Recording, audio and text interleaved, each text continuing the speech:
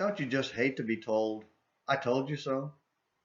Like after someone warns us that doing something will lead to problems, but we do it anyway since we know they don't know what they're talking about, especially if it's our parents. We tell ourselves, "They're old, they don't understand, they've never felt what I feel." Then, when it unfolds just as they said it would, we avoid them, hoping to escape hearing, "I told you so." Most parents are too kind to say it, though it's what we happily say when our friends ignore our always excellent advice. Knowing Elisha was still alive during the days of Jehu makes me wonder if he ever said, "I told you so."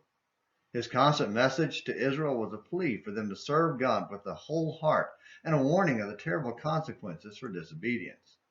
When they disregarded his message, judgment came and was often swift and terrible. But it's unlikely Elisha would have thrown it in their face because of his pain over their suffering. On one occasion, Elisha told a Syrian captain that he would become king of Syria and began to weep because he foresaw the suffering the man would inflict on Israel. 2 Kings 8 verses 11 and 12.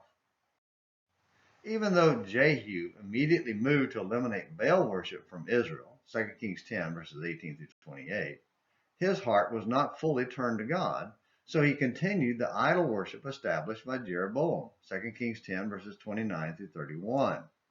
Verse 31 sums it up like this: "But Jehu was not careful to walk in the law of the Lord, the God of Israel, with all his heart. He did not depart from the sins of Jeroboam, which he made Israel to sin." Because of Jehu's failure to serve God with all his heart, Elisha's vision of Israel's suffering under Hazael began to come true as he began capturing city after city. 2 Kings 10 verses 32 through 33. Did Jehu think, "Elisha's old, he doesn't understand," as he followed his own path? When he began losing battle after battle and large numbers of Israelites died and were enslaved, did he hide from God trying to avoid hearing, "I told you so"? But if he had done God's will, the blessings would have made "I told you so" sound wonderful. So again I ask, do you hate to be told, "I told you so"?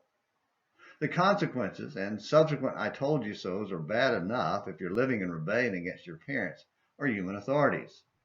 So imagine how bad it will be if you're living in rebellion against God.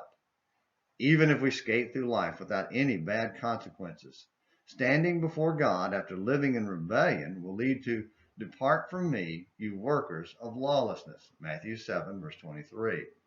And that, my friends, is the worst possible "I told you so." Thank you for watching Morning Minutes in the Bible on An American Missionary. Until next time, this is James McClenny hoping you have a great day.